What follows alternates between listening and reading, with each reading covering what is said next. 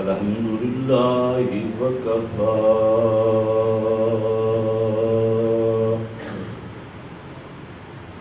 والصلاة والسلام على سيد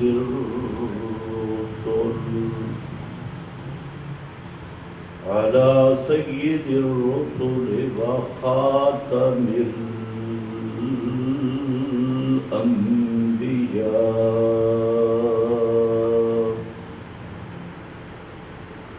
أما بعد فأعوذ بالله من الشيطان الرجيم بسم الله الرحمن الرحيم قال يا ليت قومي يعلمون بما غفر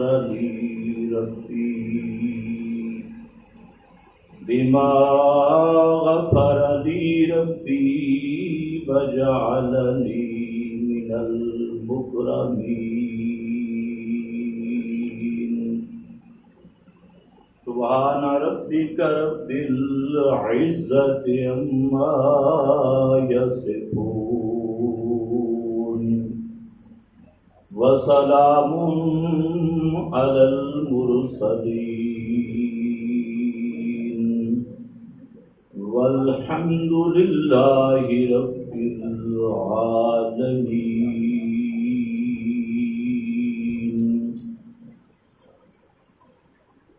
انتہائی قابل قدر بزرگوں اور بھائیوں، گزشتہ بیان میں آپ حضرات کے سامنے تائید للتوحید پر بعض باتیں عرض کی ہیں کہ اللہ رب العزت کی توحید کی تائید کرنا، حمایت کرنا، یہ ایک ایسی عبادت ہے، ایسا راستہ ہے کہ وقت کم لگتا ہے اور اللہ کے ہاں قرب کی منزلیں زیادہ طے ہوتی ہیں۔ جو آدمی جس قدر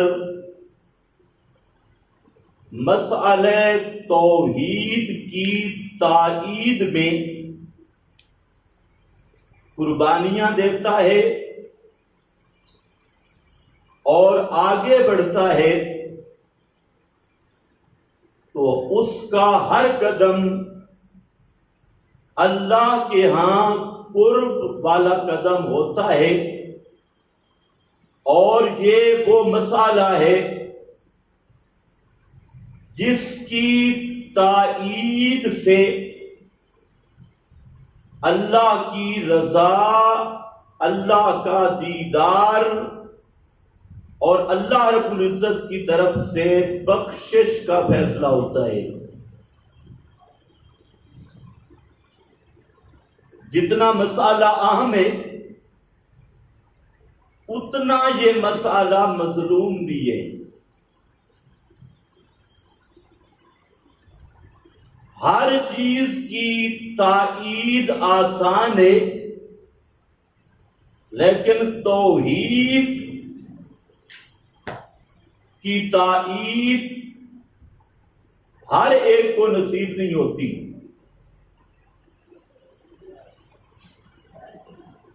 یہ ہمیشہ دنیا میں چند نفوس اور چند افراد رہے جنہوں نے خالصتاً اللہ رب العزت کی توحید کی سرحدوں پر پہرا دیا اور توحید کی تائید میں سب کچھ قربان کیا۔ ان میں سب سے پہلا گروہ وہ انبیاء کرام کا گروہ ہے کہ ہر نبی کی بعثت کی بنیاد مسئلہ توحید رہا، پھر اس کے ساتھ الامثل فالامثل،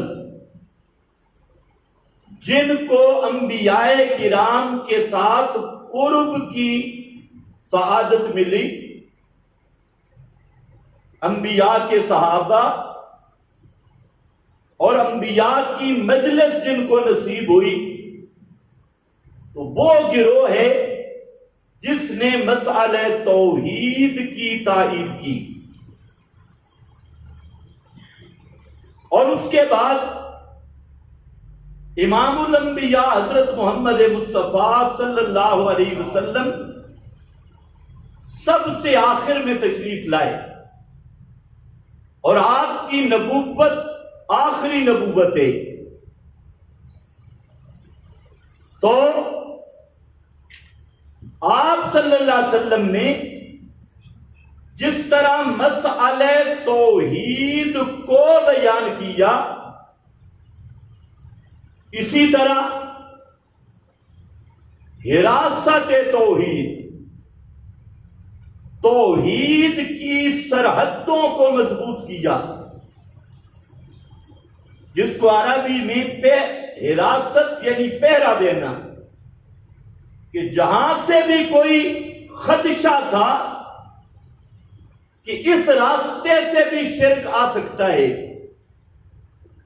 اس راستے سے بھی شرک آ سکتا ہے، اس سوراخ سے بھی شرک کا سانپ نکل سکتا ہے، تو نبی مکرم صلی اللہ علیہ وسلم نے ہر اس سوراخ کو بند کر دیا۔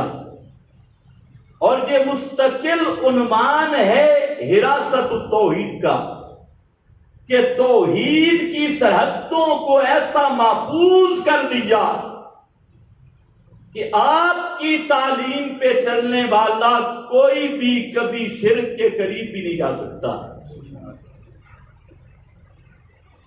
اس کی بے شمار مثالیں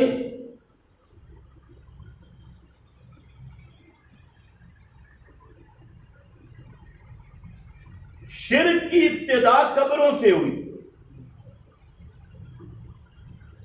شرک کی تاریخ دیکھیں، سب سے پہلے اس زمین پر 5 بزرگوں کی پوجا ہوئی، 5 تن پاک، اور اس کو سورہ نوح میں ذکر کیا، لا تذرن ودا۔ 5 بزرگ، ود، سوا، یغوث، یعوق، نصرہ، یہ 5 بزرگ تھے، اور شرک کا پہلا دن ابتدا ان 5 بزرگوں کی قبروں سے ہوئی۔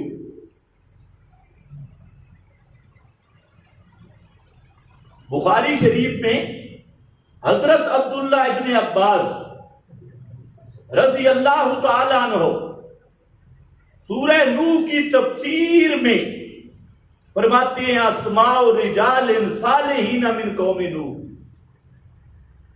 یہ 5 بزرگوں کے نام تھے، پتھر شتھر نہیں تھے۔ آج کل لوگ کہتے ہیں بت بت بت، یہ بت بت کرنے والوں سے پوچھو وہ بت تھے کس کے؟ اسماء رجال صالحین من قوم نوح۔ اور اس کے بعد پھر یہ رسم چلی، اذا مات فیہم الرجل الصالح، مسلم شریف، اذا مات فیہم الرجل الصالح اب العبد الصالح بنو علی قبرہ مسجدہ۔ وہ اس کی قبر کو سجدہ گاہ بناتے. لیکن ایک بات ذرا جواب دینا کہ پیچھے آواز جا رہی ہے، وہ جو بزرگ پیچھے بیٹھے. اچھا، یہ جو قبروں کو سجدے کیے گئے اور قبروں پر منتیں مانی گئی اور قبروں پر بکرے چڑھاوے، کالے ککڑ چٹے ککڑ یہ دیے گئے، تو ایمان سے بتانا اس کی بنیاد کون سا عقیدہ تھا کہ قبر والا سنتا ہے یا نہیں سنتا؟ شک میں پڑ گئے ہو. اگر یہ عقیدہ ہو کہ قبر والا نہیں سنتا تو کوئی بکرا چڑھائے گا؟ کوئی اسے سفارشی مانے گا؟ کوئی اس قبر کا طواف کرے گا؟ سوچ لو، بنیاد یہ تھی. اور پھر ہر دور میں یہ ہوتا رہا. صالحین کی قبروں کی پوجا، بزرگوں کی قبروں کی پوجا، قرآن کریم نے اس پر بہترین تبصرہ کیا. 2 مقام قرآن کے گھروں میں دیکھنا. ایک ہے سورہ توبہ آیت نمبر 31. اس میں ذرا دیکھنا اور غور کرنا. فرمایا اتخذوا احبارهم ورهبانهم اربابا من دون اللہ. اتخذوا بڑے پڑھے لکھے طبقہ، تعلیم یافتہ طبقہ، اور جو اپنے آپ کو مولوی پیر کہلواتے تھے، ان کی باتیں کہ انہوں نے کیا کیا. اتخذوا احبارهم ورهبانهم اربابا من دون اللہ. انہوں نے اپنے بڑے بڑے مولویوں کو اور بڑے بڑے پیروں کو رب بنایا اللہ کے سوا. اربابا من دون اللہ رب بنایا.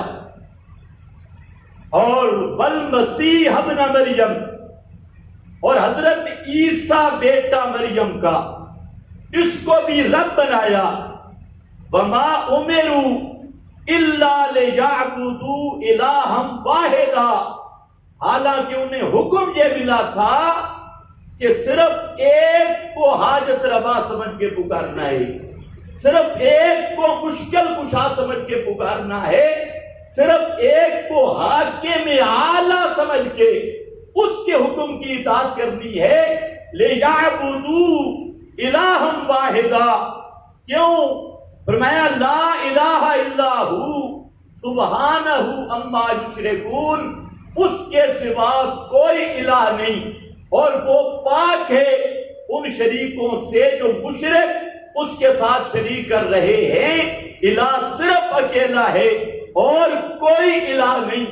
حکم تو یہ ہوا تھا، ما امروا، اللہ کا حکم یہ تھا کہ لیعبدوا، کہ اے کائنات والو صرف رب کی عبادت کرنی ہے، اس لیے کہ اس کے سوا کوئی حاجت روا اور کوئی مشکل کشا نہیں ہے.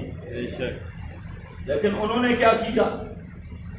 اتخذوا احبارهم ورهبانهم.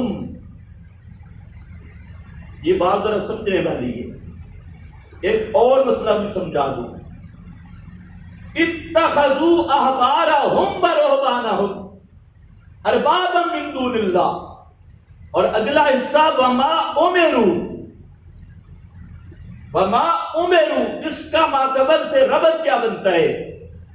اتخذوا میں کس حقیقت کو ذکر کیا گیا؟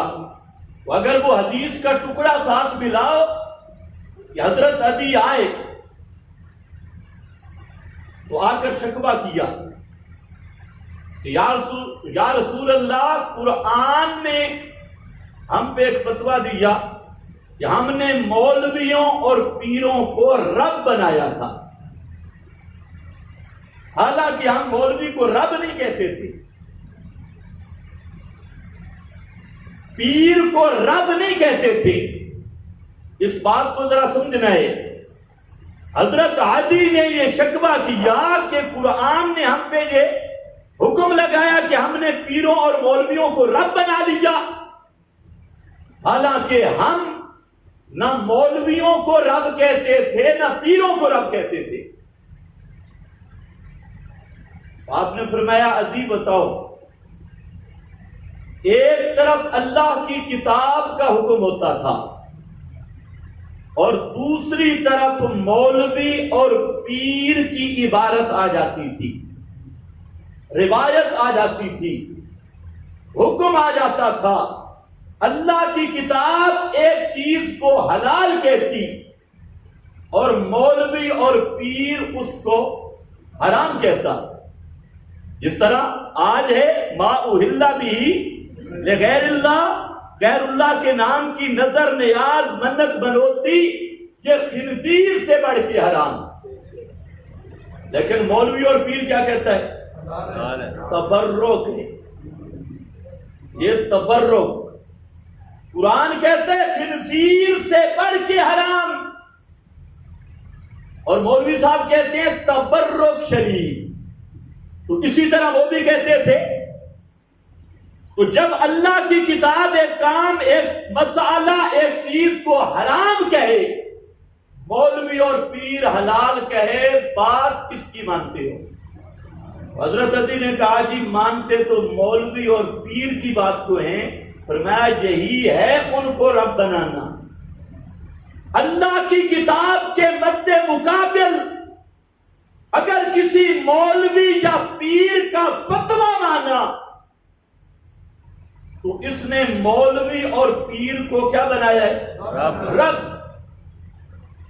اور اس پہ حکم لگے گا کہ یہ ما امروا الا لیعبدوا کا منکر ہے، یہ پکا مشرک ہے، کیونکہ امر اللہ کا چلتا ہے، حکم اللہ کا چلتا ہے، اور رب کے مقابلہ میں مولوی کی بات آئے اس کو مانے تب مشرک، رب کی بات کے مقابلہ میں کوئی روایت مانے تب مشرک، اللہ کی بات کی کتاب، اللہ کی کتاب اور بات کے مقابلہ میں اپنے پیر صاحب کی مانے تب قرآن اس کو مشرک کہہ رہا ہے کہ ما امروا الا لیعبدوا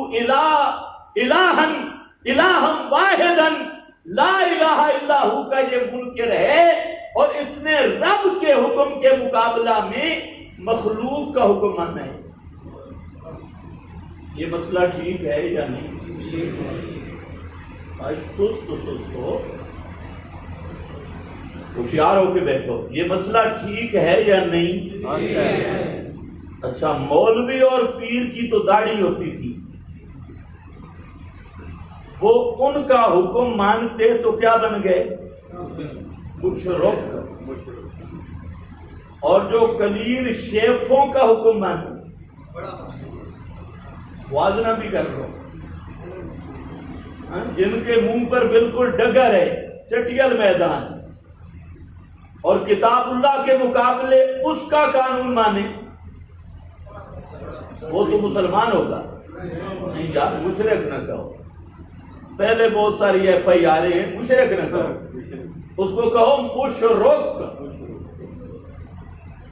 جو ہے نا، جو اللہ کی کتاب کے مد مقابل کسی مولوی کی بات مانے تو کیا بنے گا؟ کسی پیر کی بات مانے تو کیا بنے گا؟ اور کسی کلیم شیخ کی بات مانے تو کیا بنے گا؟ یہ کام آج کل مشکل ہے۔ اتخذوا احبارهم ورهبانهم اربابا من دون اللہ والمسیح ابن مریم۔ اچھا، یہ احبار رہبان بدھ تھے، یہ وہ ہے۔ اب ملاؤ دوسری حدیث، لعن اللہ اليہود والنصارى اتخذوا قبور انبیائهم مساجدا۔ یہود و نصارہ پہ خدا کی لعنت، لعن اللہ اليہود والنصارى اتخذوا قبور انبیائہم وصالحیہم مساجدا، مسلم کے لفظ تھے، انہوں نے اپنے صالحین اور انبیاء کی قبروں کو سجدہ گاہ بنایا، ان پہ اللہ کی لعنت ہو۔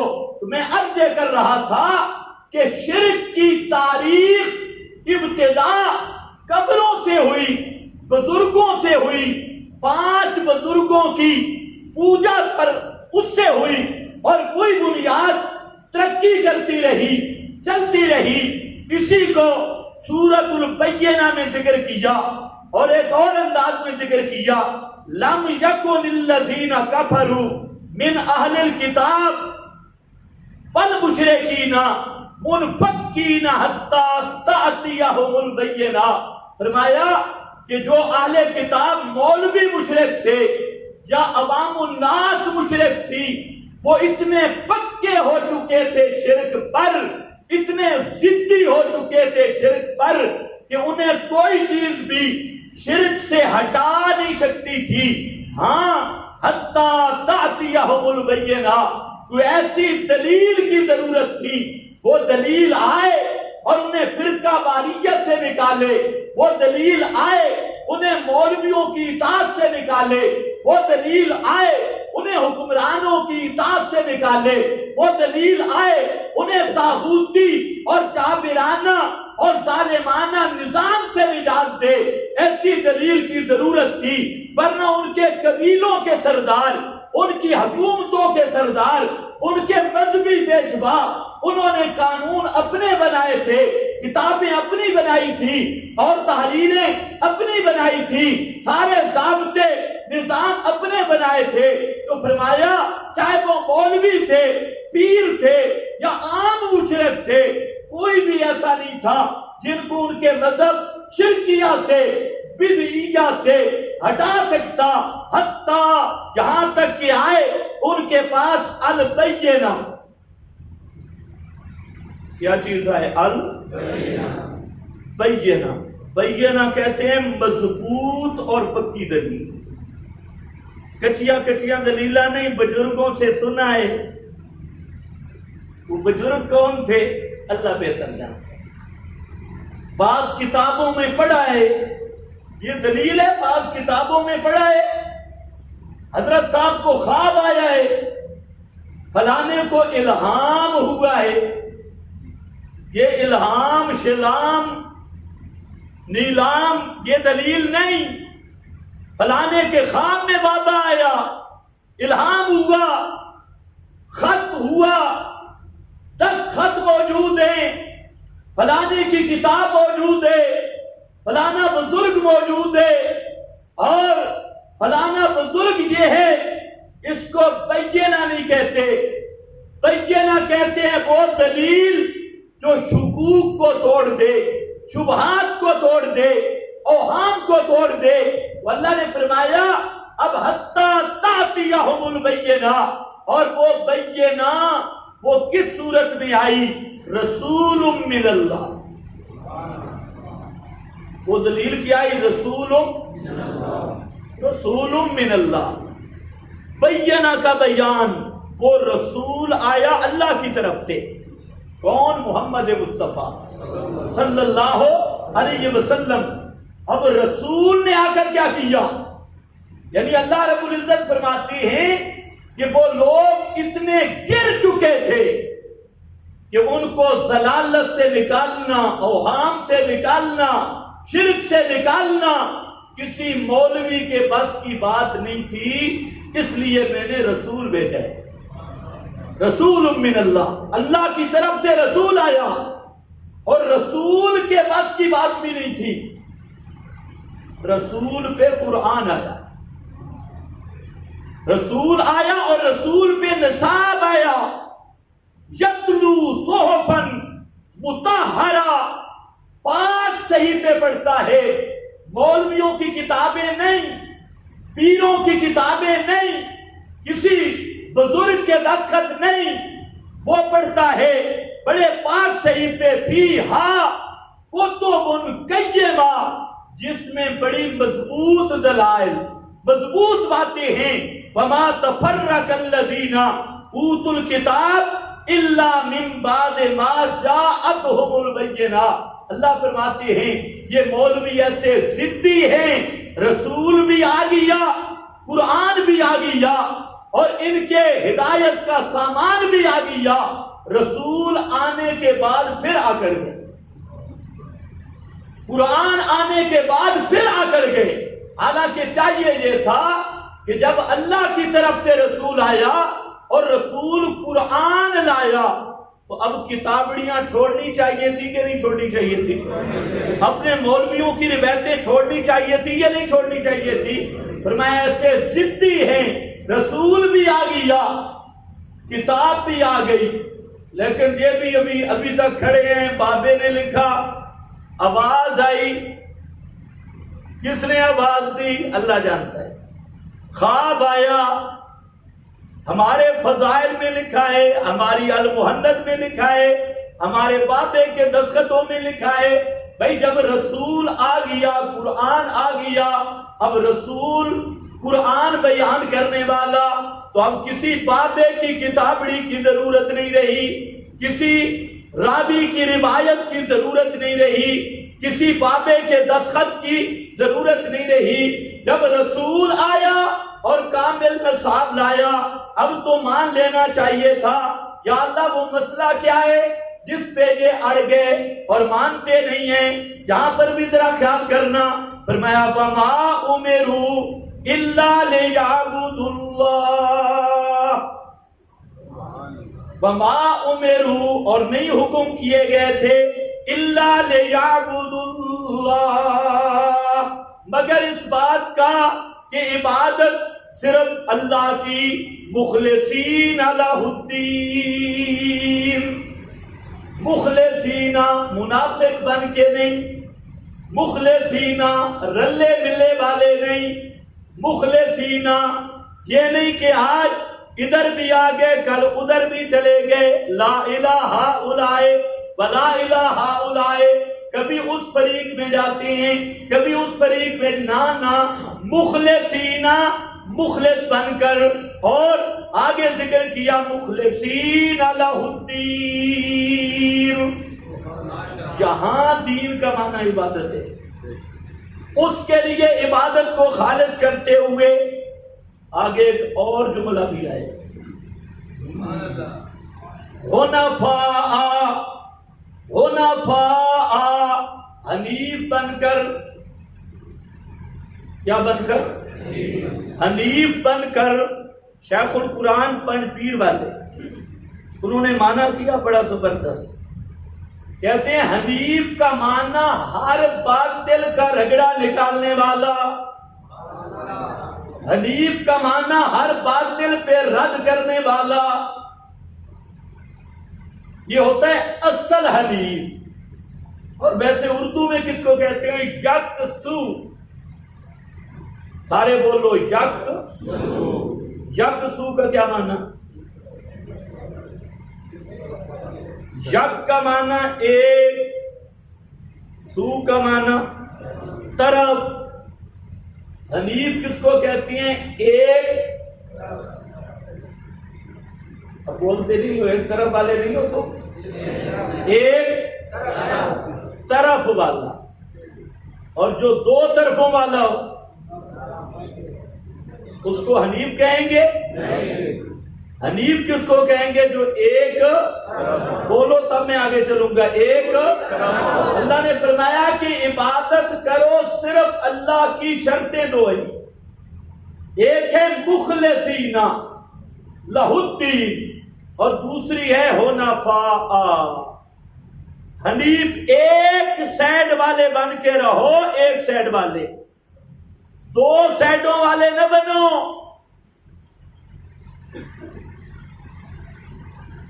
اب سب ہمیں گالیاں نکالتے ہیں، ہم کہتے ہیں حنیف بن جاؤ۔ جو مبتدئین کا طرفدار ہو وہ حنیف نہیں ہے، جو مشرکوں کی سائڈ لینے والا ہو وہ حنیف نہیں ہے، جو مشرکوں کے جنازے، مشرکوں کے پیچھے نمازیں پڑھنے والا ہو وہ حنیف نہیں ہے۔ حنفاء وہ ہے باپ بھی مشرک مر جائے کبھی جنازہ پڑھنے کے لیے تیار نہیں ہے. حنفاء وہ ہے جو مرتا مر جائے کبھی مشرک سے بھیک مانگنے کے لیے تیار نہیں. اللہ نے فرمایا دعوت یہ تھی, مولویوں کو مسئلہ یہ بتایا گیا لِيَعْبُدُوا اللَّهَ مُخْلِصِينَ لَهُ الدِّينَ حنفاء, حنیف بن کے, ایک سینڈ والے بن کے. کہتے ہیں ہم عقیدہ تو اشاعت التوحید والا ہے, لیکن سیاست میں ہم فلانی جماعت سے تعلق رکھتے ہیں. اور لعنتی ذرا حیا نہیں, فلانی چیز میں فلانی جماعت سے تعلق رکھتی ہے, فلانی چیز میں فلانی جماعت سے تعلق رکھتی ہے. چونکہ چنانچہ گویا اگر مگرچہ وجدنا علیہ آباءنا, ساڈے کے بڑکے رلا ملا مار دے ہیں, اسی بھی رلا ملا مار دے ہیں. ہاں اس واسطے تو رلا ملا مارتا رہے تو اپنے آپ کو مباحد نہ کہے. حنیف کا معنی مباحدن, اور مباحد وہ ہوتا ہے جو ایک سائڈ والا ہو. اب آ رہی ہے قربانی, اور قربانی کس کی سنت ہے؟ حضرت اور حضرت ابراہیم کو جانتے ہو کون ہے؟ قرآن نے تعارف کروایا. حضرت ابراہیم کون ہے؟ فرمایا ما کان ابراہیم یہودیا ولا نصرانیا. حضرت ابراہیم یہودی نہیں تھے, نصرانی نہیں تھے, وما کان من المشرکین, مشرکوں میں سے نہیں تھے. یا اللہ کون تھے؟ ما کان ابراہیم یہودیا, حضرت ابراہیم یہودی بھی نہیں تھے, ولا نصرانیا, نصرانی بھی نہیں تھے, ما کان من المشرکین, مشرکوں میں سے بھی نہیں تھے. کون تھے؟